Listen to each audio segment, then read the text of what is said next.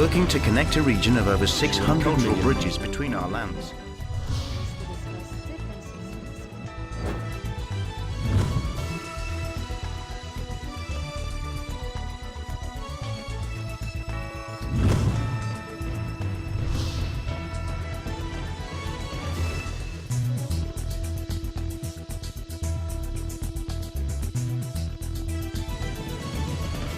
Welcome to ASEAN in Focus Weekend Edition. I'm your host, Dr. Kaloy Tabunda from the Development Academy of the Philippines. For the fourth consecutive year, the Philippine Institute for Development Studies, or PIDS, has been recognized as among the world's top think tanks. In fact, PIDS was even included in the list of best think tanks in 7 categories in the 2015 Global Go-To Think Tank Report and Policy Advice of the Think Tanks and Civil Societies program at the University of Pennsylvania. More than 6,600 think tanks from 198 countries were assessed in this round. PIDS also remained the top social policy think tank in Southeast Asia. It is ranked 37th among the top 100 in the world.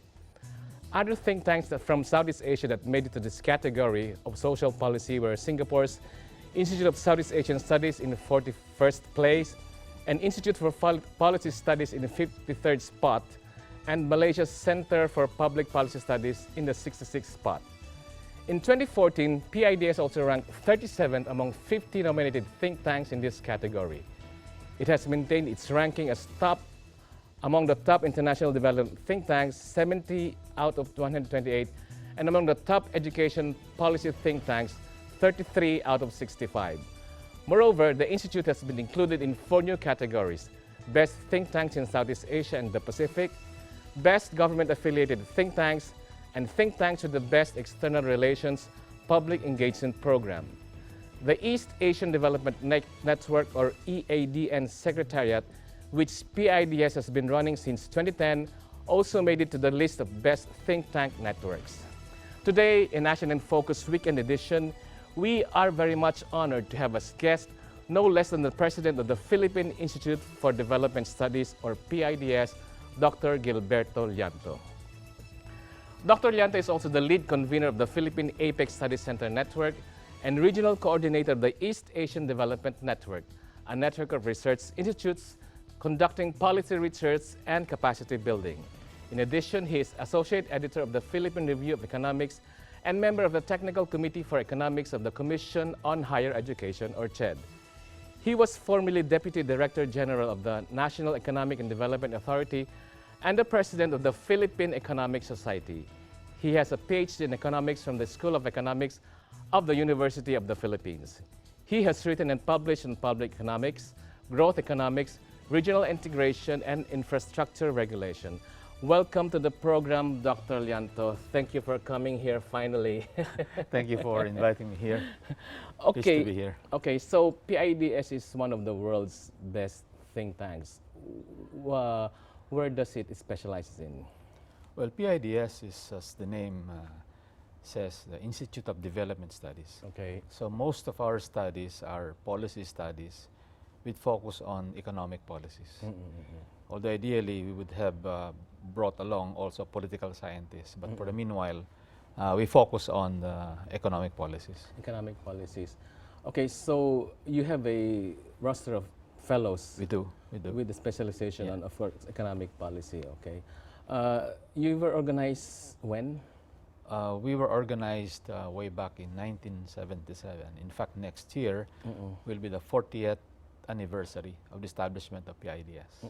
This is an autonomous think tank. This is an autonomous, independent policy think tank. Okay. Established in 1977, and may I mention the father of the institution? Okay.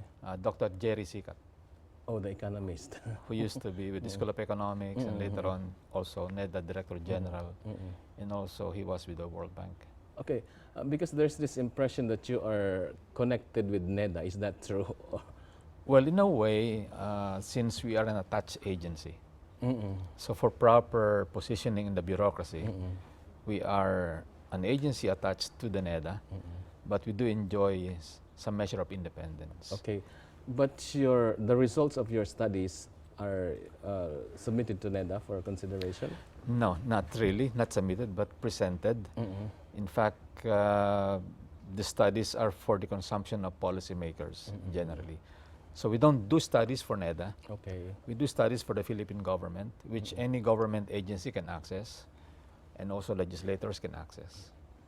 Okay, I belong to DAP, Development Academy of the Philippines. We used to be one of the think tanks under the Office of the President. So how is DAP different from PIDS now?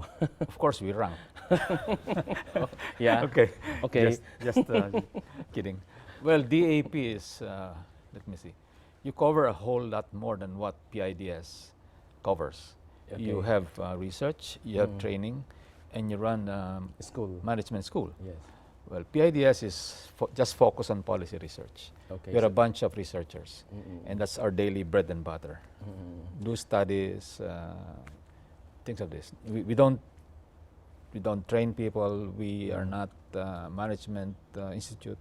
Basically, we are a policy research institute. So 1977, this was still under the martial law years. So, Right. Are you familiar with some of your major policy researches that have been, adopted as policies by the government? Well, it's good you mentioned that we were established way back in 77. And what the fellows, researchers are called fellows. These are PhD degree holders from reputable universities. What they've done is, through the years, even during the martial law years, they conducted a series of policy studies supposed to provide inputs to policy making, some sort of input to policy making. And from those studies came a government, let's say, decision to engage with the WTO. Okay. I would say government decision to embrace globalization, liberalization, and generally adopt market-oriented policies. This decision is also motivated by the studies produced by the PIDS. So we do empirical studies. So we just don't just write anything. What we try to do is to marshal evidence to support a particular proposed policy. So you started this WTO thing for the Philippines. It was your policy Because people recommendation. are afraid of globalization, and politicians and various stakeholders maybe lack the information, and lack of information sometimes drives fear. If you don't know anything about a particular policy, well, instinct says, well, maybe we don't adopt a policy. But what we do at the PIDS is to really look at it objectively and really try to study. Look at what other countries have done, their experience, and also assess whether the proposed policy, will be for the benefit of the nation. Who directs your policy research directions? We do have a PIDS Board of Trustees Composed of? composed of people from the academia. Okay. At one time, we had people from private sector and also from government. Very independent Board of Trustees. And coupled with this would be what we call the PIDS research agenda. It's a 5-year agenda, which is the frame of reference. That and the Philippine Development Plan. So what the fellows do is, okay, they read the research agenda. For example, this year, we just formulated a new 5-year research agenda From 2016 to up 2021. Right. Okay. 5-year, which will encourage our researchers to look at what we call the need to build resilient systems, building resilience in the economy. And this has been motivated also by the past experience with natural disasters, Yolanda. So people are saying, what are we going to do if another disaster hits us? But in our reading, when we reviewed the global risk landscape, we saw, by we, I mean the researchers in PIDS, we saw that there's more to it than just natural disasters. You think of pandemics, which is a high risk. You think of financial crisis. You think of political crisis. All of this will impact on the economy. So the current research agenda says, well, let's take a look. How will this crisis, shocks, exogenous shocks impact the economy? and we need to have some sort of foresight to be able to advise policymakers on what the best policies would be. So this is how we do things at PIDS. So you actually did studies related to, for example, of course, the Typhoon Yolanda in 2013. So Yes, you did. we have a related studies to that. specialist, an expert, who looks at disaster risk Okay. reduction and risk management, things of this sort. They go to the field, they look at how households have responded, and I think we were able to put together a simple paper. It's available in our website, and which explains how disasters will impact, for example, small enterprises, and what could be the defensive move of the enterprise, in the face of these exogenous shocks. So you have an expert on disaster response. Yes. Okay. What are the other fields you have experts in? Well, fellows, they would have their respective areas of Such research. as? So you have somebody who looks at fiscal studies. Okay. So she worries about tax and budgeting and spending. Then another person looks at trade policy. So this issue about ASEAN integration, that's her cup of tea every day. APEC. Somebody looks at infrastructure, Okay. PPP, regulation, energy, all of these things. Still another on agriculture. So we have this Yes. Yes. A whole gamut. 11 of, or 12, a range of fellows, a range of research areas anchored to the expertise of the fellow. and you come up with the research papers, which Yes. are then presented. Where do you present those the results of those papers? Well, we conduct seminars, Okay. workshops.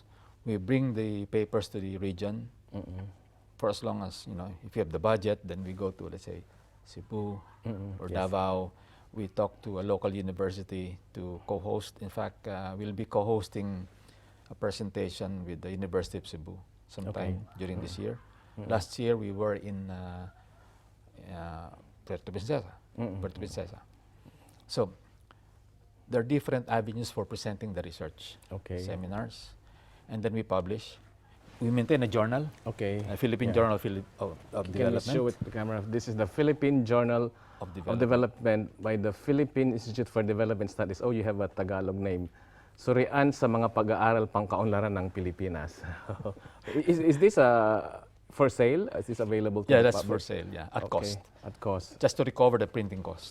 So you publish a journal, and then sometimes I see monograph. You Yeah, produce monographs. we publish books, Okay. standalone research papers, and then discussion papers, which are a Discussion bit papers. raw on the raw side. You need to comment and improve on them. Policy notes, by the way, several senators, staff at least, wrote us back and said, well, we find your policy notes very useful, Okay. and we do use them in deliberating on certain proposals. Online, you have Online, resources online you can just download anything, any publication. It's for free. for free. For free. Anyway, your activities are being paid for by the public through the Yes. taxes. So And- you provide these resources online, but the publications you pay. To recover, because Okay. you need to spend on printing cost. So Okay. it's just to recover the cost. By the way, this is an refereed journal. Okay, referee journal. So if you submit an article, we assign at least 2 reviewers. There's a blind review. Okay. If you submit a paper to the editor, the editor assigns the paper to 2 reviewers who wouldn't know that the author is Dr. Tabunda. I'm from the AP. To prevent bias. Yeah. And then those 2 reviewers, they could be international reviewers, they could be Yes. local reviewers. They do. Okay. You know, Okay. the When we essence of the come paper. back, we will talk about PIDS activities and contributions to the building of the ASEAN community. We will be back.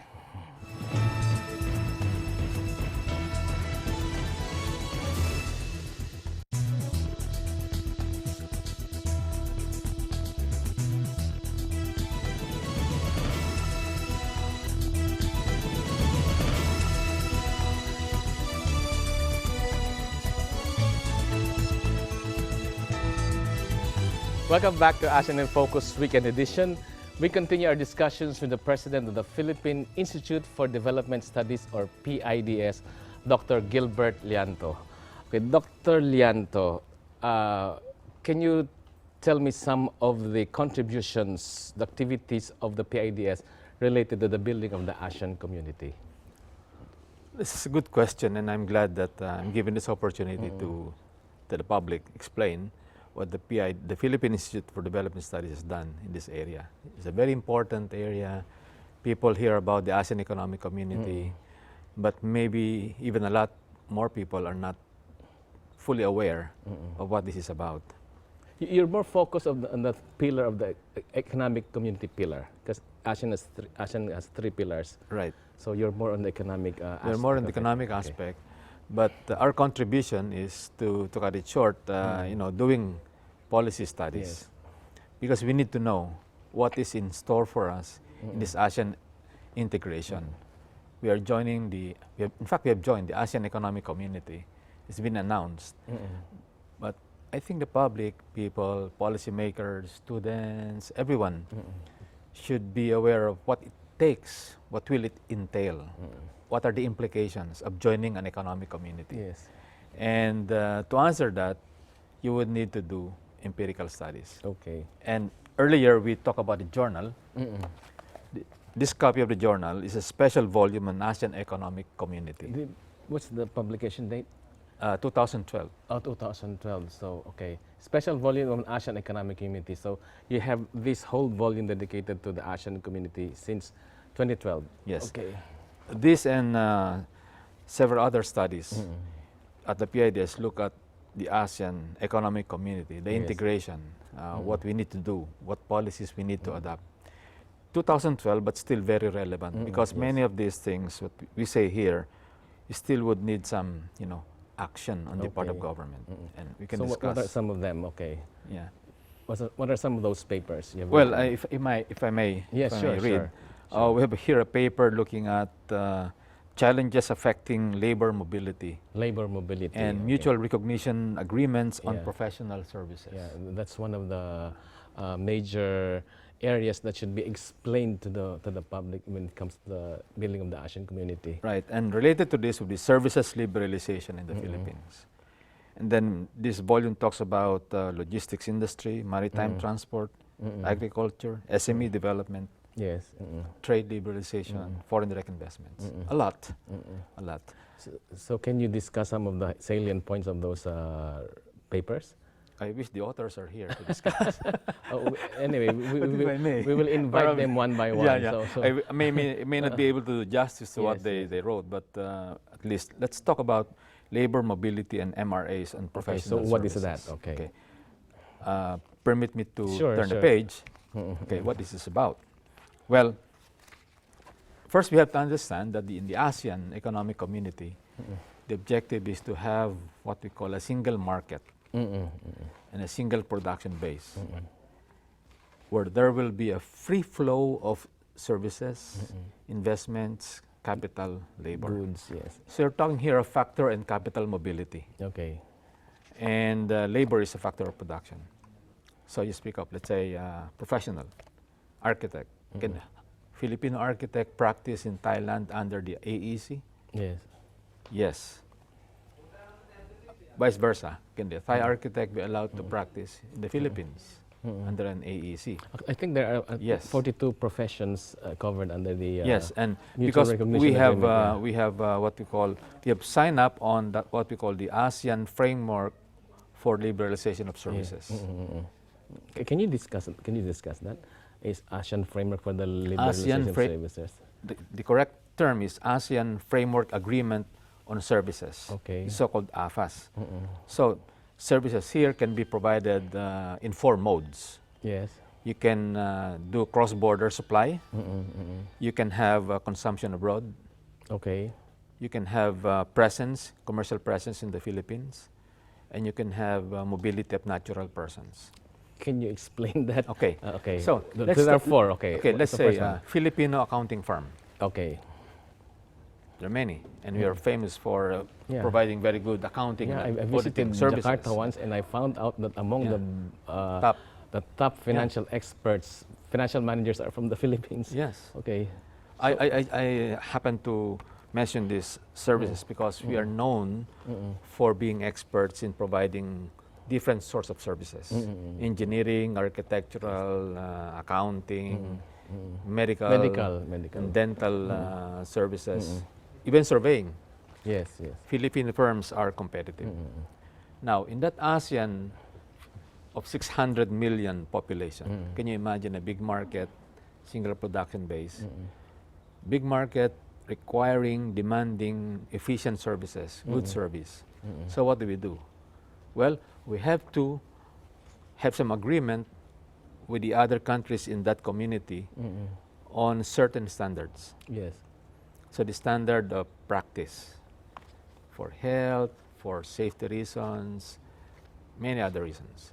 So we need to know, we need to be sure that the Thai dentist will pull the right teeth, right tooth, right? Yeah. And vice versa. Filipino dentist. Yes. When you go there, people don't have a problem seeing a Thai dentist or a Filipino dentist. But we need to have certain conformances. Okay. Certain regulations, certain mutual recognition arrangements. Yes. So we look at the level of education, So that's one. the quality of education, Quality level, quality and the standards. standards. Standards. Okay. Is experience included there in this? Of course, experience. Okay. So we need to compare this with the other countries and draw up some agreement. Okay. In short, we have to harmonize Yes. standards, harmonize regulatory practice. Qualification standards. Qualification for standards. the profession, for the different professions. We need to agree on a qualifications Okay. framework. Okay. How many years of study Yes. would you require? That's why the K-12 comes very Yeah. relevant, Yes. because we need to come up to certain standards internationally. So, in this labor mobility and MRAs, it said here that we have concluded MRAs, mutual recognition arrangements in the following fields: engineering services, nursing, architecture, land surveying, medical practice, dental practice, accountancy. Okay. But having said this, it's not as if tomorrow you'll see a Thai dentist in town Coming here. coming here. To practice the profession. We have Okay. agreed to work out, this agreement with them, and it takes time. Yes. So it's up to the Professional Regulation Commission to work with the counterpart. It's up for the private associations, let's say Philippine Dental Association, to work with their counterparts in Thailand. And there are 10 countries in this ASEAN community. So it's a lot of work. All of these are coordinated by a single body in ASEAN? Or Well, you have the ASEAN the Secretariat. ASEAN Secretariat. Okay. But basically, this is really coming out from the initiative of our own local Okay. practitioners and also of the government. They would really have to make contact with their counterparts in the region. Now, fortunately, at least in the government side, there are regular meetings, Yes. seminars, and workshops just to work out, just to harmonize, look at the regulation, what I said a while ago. It's quite difficult. So this is 2012. Are you aware of what's the state now? What's the status now? Well, we are very slow in 2012 because this volume looks at the pace. Yes. How fast have we been achieving this harmonization and standardization?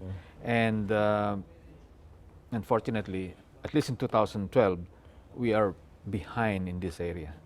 Today is 2016. 16. I would say probably we haven't moved very much, Because the milestone was supposed to be 2015, the ASEAN integration 2015, and after that they came up with the new buzzword, ASEAN Community 2025. So it started in 2016, and you think we have not really progressed much since then? Yes, but we have to understand it's not because the government or the private sector are not moving. In fact, they are. Yes. But the problem is you have certain laws. You would need to review and probably even amend the Constitution. Because the Constitution says all professions are reserved to Filipino professionals, Yes. except those, as may be defined by law. So we need a law. Yes. But the general rule is there's prohibition.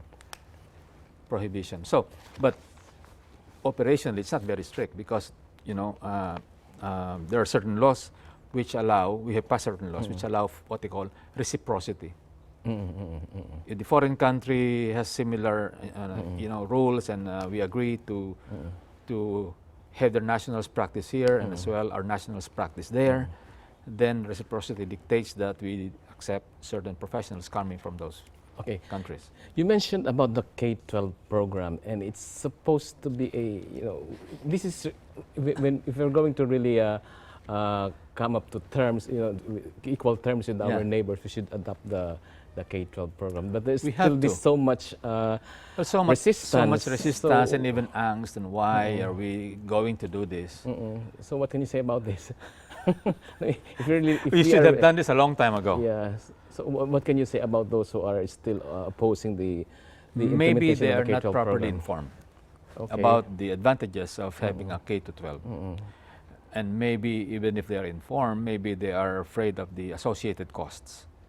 It's more like that. You're a parent, you send children to school, you need 2 more years just to graduate a child from college, and you're just an ordinary worker, so what do we do?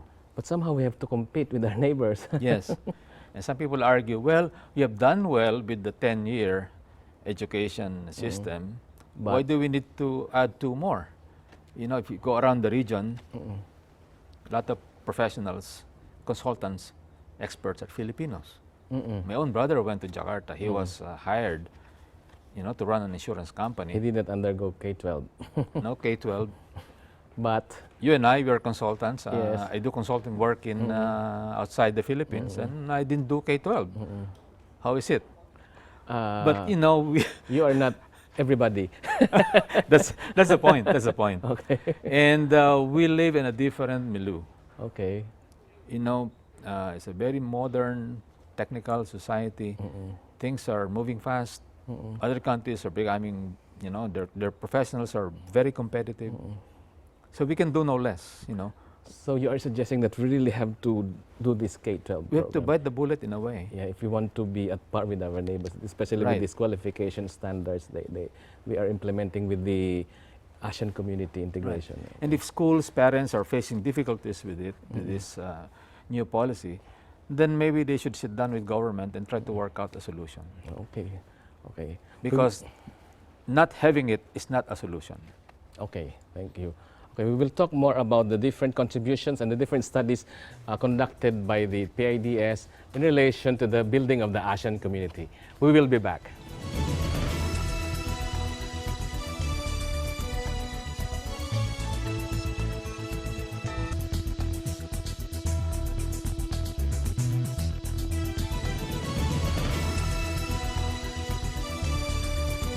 Welcome back to ASEAN in Focus Weekend Edition. We continue our discussions with Dr. Gilberto Llanto, the President of the Philippine Institute for Development Studies, or PIDS. Dr. Llanto, you mentioned earlier that you have a research agenda for covering 2016 to 2020, and one of its themes is building resilient systems in the economy. What is this all about?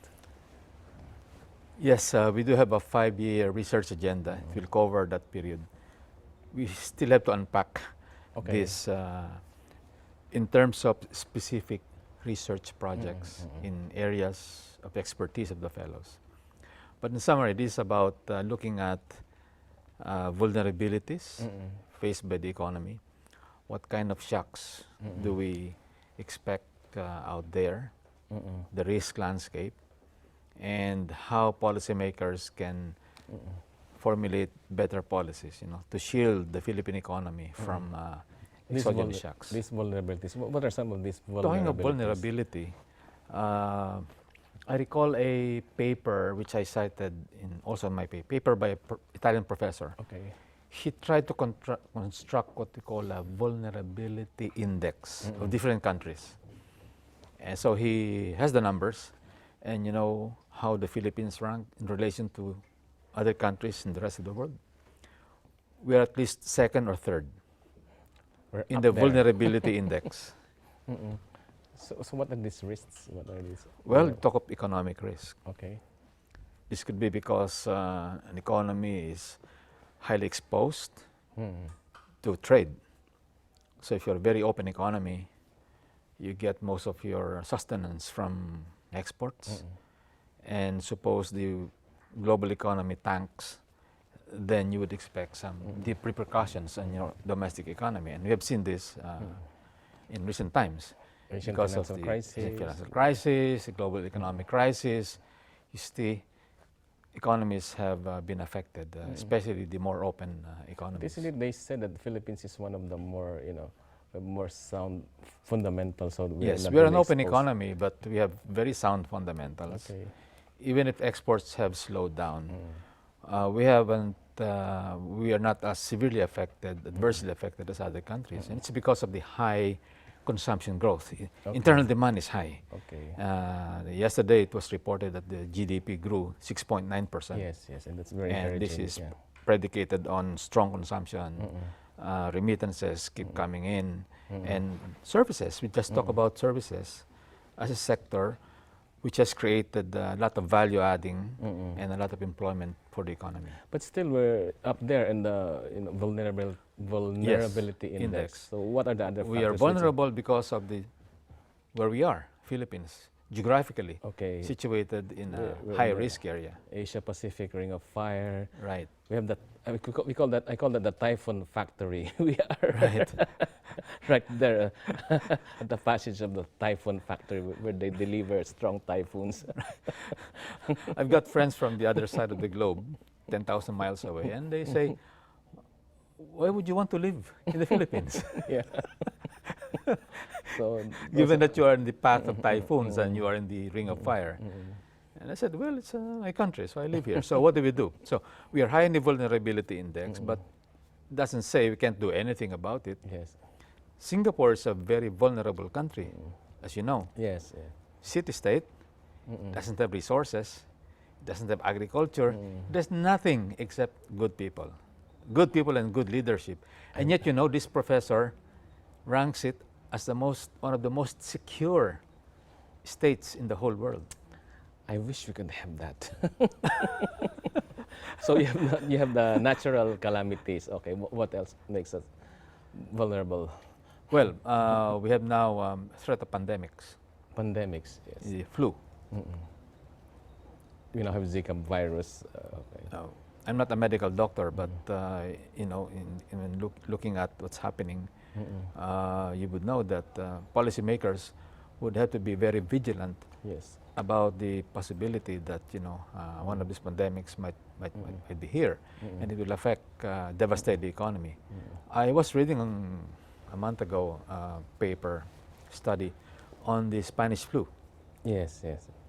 How many people were killed by the Spanish flu? This was First World War, 1918. 1918. Yeah. Something like during the First World War.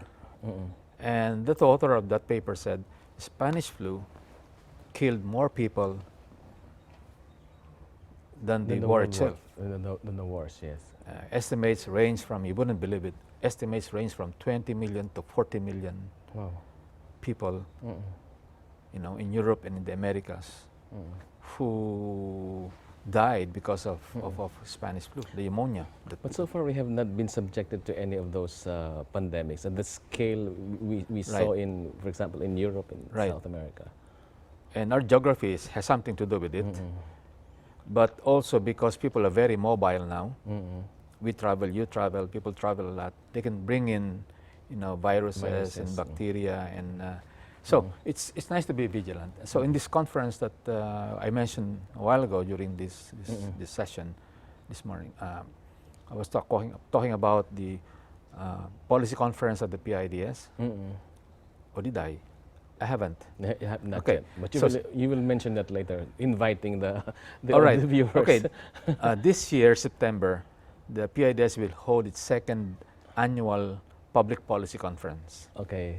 Last year, we discussed institutions and human capital. This year, we're talking about building resilience. Okay.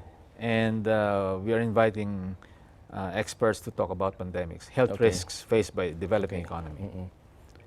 And in discussions of resilience, we talk about how do you shield the economy, especially the financial markets, from the adverse impact of let's say subprime Yes, mortgage mortgage crisis in the crisis. U.S. So we have invited, I think, 2 people from the central bank, the Bangko Sentral and Pilipinas, to write a paper. And also, we are looking at somebody who will look at the environment. So you Flooding, mentioned all of this. Okay, you mentioned some of the vulnerabilities, the openness of the economy. So we are Yeah. open to shocks coming from outside. Right. Natural disasters. Right. We are in the Asia Pacific realm Yeah. of fire, and we are right there, the typhoon factory, and then the health pandemics. So Pandemics, are there any right. other vulnerabilities? Financial. Financial. Okay, what is this? The financial crisis. Well, Asian financial crisis, and Yes, then the recent experience. So this gave us a lesson, how do we strengthen, make our financial system more stable. Okay. BSP has done a lot on this, and I think it's good for BSP to, in this conference, to present to the public what it has done, and also to point out certain risks, what they're doing. People are sometimes worried about what they call the bubble in the housing market. Are we facing a bubble in the real estate market in the Philippines? Are we? Actually, I'm interested. to I know about have that. have not done anything on that, but what I know is that the BSP has been very prudent about this, and How about so far I think everything is okay. governance issues? Is that one of our vulnerabilities? Oh, that's touchy. Yeah, well, of course. If we have bad leadership, then you have a disaster, a far more insidious disaster than a Typhoon Yolanda. Because What can you say about the Philippines right now? At least we have the fundamentals are in place. That's recognized. Okay. We have sound fundamentals. Right. But we have elected a new leader. Yeah, we rally around him. Yeah. He says he will lead this country, and I think what we can do is to, support and try to work together. But see to it that the policies, especially economic policies, from my perspective, economic policies remain to be,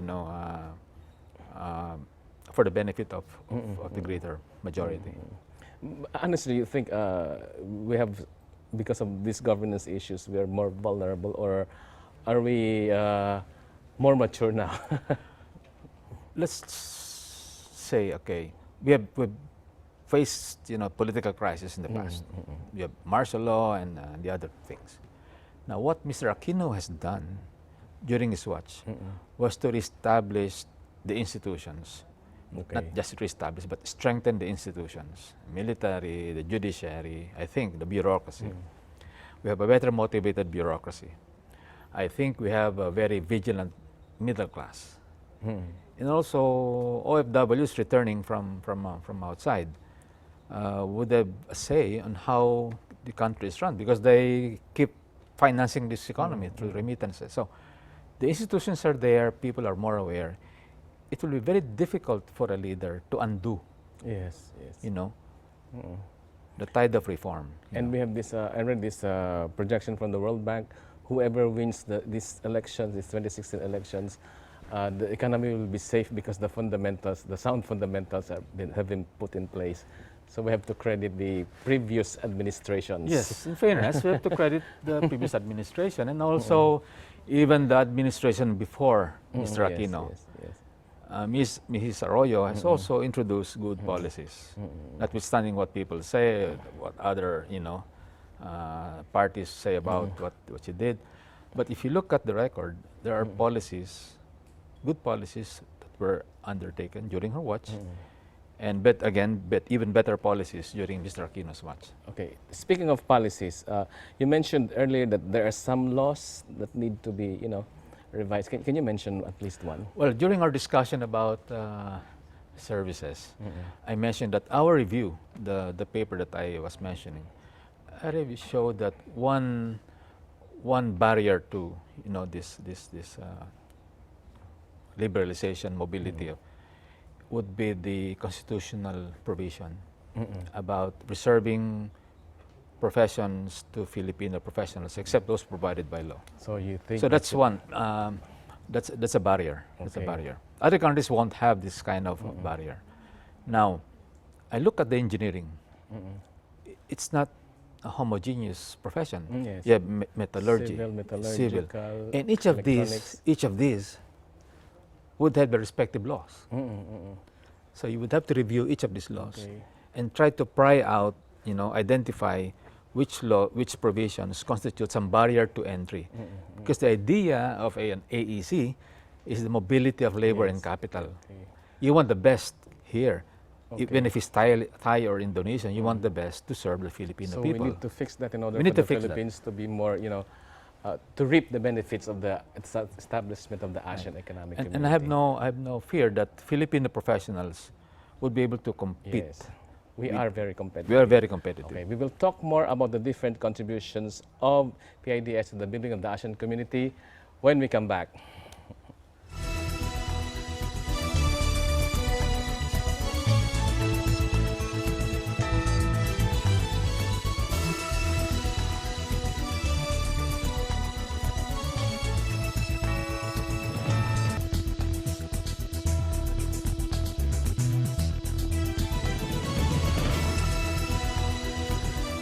Welcome back to ASEAN in Focus Weekend Edition. We continue with the last part of our discussions with the President of the Philippine Institute for Development Studies, Dr. Gilberto Llanto. Dr. Llanto, earlier we already talked about the different issues that need to be addressed for the Philippines to be responsive to the needs of building the ASEAN community. You mentioned the K-12, it must be implemented by all means. By all means, yes. And then the need to revise some laws. Some laws, okay. And then, of course, you're developing these resilient systems for the economy, building resilience of the economy. What else can you add? Well, let's look at a very important pillar of the ASEAN Economic Community, and I refer to the SMEs. Small and medium Small and medium enterprise development is a critical pillar of the ASEAN Economic Community. It's critical because it's supposed to address issues of equity and poverty. So the nations who constitute the ASEAN, they recognize that a large segment of the population are still relatively poor. Actually, there's this study released by the APEC last year. They said that in the Philippines, more than 90% of businesses are considered as MSMEs. So you include the micro, the micro industry. It's closer to 100, almost. Okay. 98, 99% are MSMEs. And many poor people are in the micro enterprises. So we have to address this. We have to address it. So what do we do? And the countries have collectively agreed, let's develop the SMEs because this will be our way out of poverty and inequality for a large segment of the population. Now what to do there? Now, well, one quick thing that, because we have limited time, is to focus on the cost of doing business. Okay. Cost of establishing a business and even closing a business in this country is very difficult. Yeah, I know that. I read a survey once. In order for a business person to get his permit, it would take at least 30 to 40 signatories. When in other countries, this require 3, 5 signatories. We have added one more. What? Well, I just heard that some barangays, they require first a purok clearance. Can you imagine? Before a small businessman. Before going to the barangay captain. I have to get a mayor's permit. Okay. And the guy in City Hall says, okay, why don't you go to the barangay, get your barangay clearance. So I go to the barangay, and the barangay person there tells me, well, you have to go to the purok, get your clearance from the purok. My goodness. So only this country. So actually, that's a critique of the local government. We're overdoing it. This permitting and clearing, and for what? Yeah. So the cost of doing business is high. It's very difficult to start a business. So that has to be addressed. Now, Pronto. well, in fairness, we have some examples of good practice. Yeah. Quezon City has reduced, the steps from around 36, 33 to about 8. Okay. Steps. Still a long way to go. I put that in my paper, recent paper, and saying, well, we have what we call regulatory burden. Yes. Now, Quezon City and even General Santos City, they have put their minds together. They managed to reduce the steps needed to start open a business. Now, why can't other LGUs do the same? Yeah. And why can't they not just do away with those purok, barangay, and what else? Kagawad clearance, family clearance. Publicly. And then closing a business, you know, startups. We have many startups, but they do close. Maybe half of the startups just die in a year's Yes. time, or maybe in 2 years' time, 60% are closed. So the person has to start all over again. But then it's so hard to close a business. You have to get BAR clearance and all of this.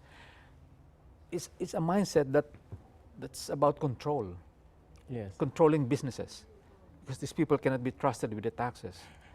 In other countries, the mindset is facilitative. Yeah. You even provide venture capital to startups. Not over here. So, my goodness. Purok clearance. A lot of my things goodness. that can be done.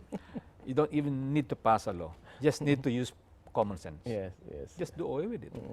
Now, Vietnam has what they call a regulatory guillotine. Regulatory guillotine is trademarked by some consultant named Mr. Jacobs. You know what they do? They pull together all the regulations affecting businesses, and very systematically, they try to cut down, do away with regulations that are nonsense. And we're not even talking here of amending the constitution in order for the foreign investments to Just come here. very simple. I talked to my Vietnamese counterpart. We're doing research on this, by the way. We have an inter-country study on regulations. And he told me, that's very simple. Our prime minister said we need foreign direct investments to attract, you know, we need capital, expertise. Yes. How can these people come if you need a Purok clearance, you know? So I said, what can I say? So Yeah, I remember. we can do very simple things. Yeah, I remember Prime Minister Cesar Berata. He was one of our guests in the AP, and I asked him about the local government code. Okay, So what it's did Mr. fine, Berata but say? It's fine.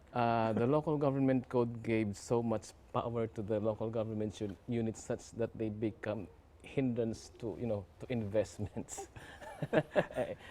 That's the businessman in him talking. So. But it's the first time I heard that you need a Purok clearance. Yeah. The other day, I was flabbergasted, to say the least, you know. I was taken aback. So regulatory review for businesses. What else about the SMEs? SMEs, they would need to, you know, develop the skills. So you need good training. You need to expose them to modern processes. Education is key. Now, people talk about the regional production networks. Yes. Okay, your cell phone is not produced by one country, right? Parts come from different countries, and different countries would have their own comparative advantages in producing certain parts. Now, some countries produce simple parts, more sophisticated parts. The producers are medium-sized enterprises. So we can imagine if we really, you know, support our SMEs, they can develop the capacity to be very efficient, effective producers so that they can latch to the regional, global value chains. Who should be providing all of these trainings? DAP. You know, DAP could be one such provider. We're supposed to train all the, the government functionaries. We have the UP Institute of Small Scale Yeah, Industries. okay. But it's only here in And Diliman. we have the private universities. The thing is, we have to pull ourselves together. Yeah, maybe the state colleges and universities, they are there in the provinces Right. where they're most needed. Okay, so training. We what need else? another session to discuss this. Sorry, we don't have time. What else? Of course, of capital for the SMEs. Financing is financing, yeah. yes, and I think in this score, the past government, still the present government, di pa naman anya pa, no?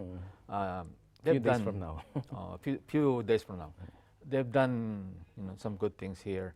They have what they call various financing windows for SMEs, but again, that's the supply side. From the supply side, you create these programs, but then sa demand side, SME side. Many of these guys couldn't even, fill up a form, a loan application form. Okay, so the issue of accessibility. Facilitate, make it easy. But of course, with strict standards. Okay, okay. We want people to repay their loans. Okay. Finally, what is your final word for for the incoming administration in order for the Philippines to become more responsive to the needs of building the ASEAN community? I have a favorite phrase. Keep the fire burning. The fire of reform, keep it burning. Don't okay. reverse policies. Okay, don't reverse policies. The sound fundamentals, economic They have fundamentals worked. are there. They have worked for us. through the years. We Okay. should just continue to implement them, improve them. Our studies show a lot of policies, new policies have to be reformed, formulated. They would need to rely on policy research, I would say. Okay. Thank you very much, Dr. Llanto. Thank you for coming. My pleasure. I expect you to be here in one of our future episodes. To Only one? We can do two more. Okay, so Isa lang. Sige. Isa na lang. Okay, okay. The strategy is to help markets work better by focusing on investments that will bring in new technology and allow firms to move the value supply chain, effective regulation, human resources development, industrial clusters, and agglomeration. This is the recommendation provided by the Philippine Institute for Development Studies, which is the top Southeast Asian think tank. And these recommendations are certainly worth looking into by the next administration. I'm Kaloy Tabunda.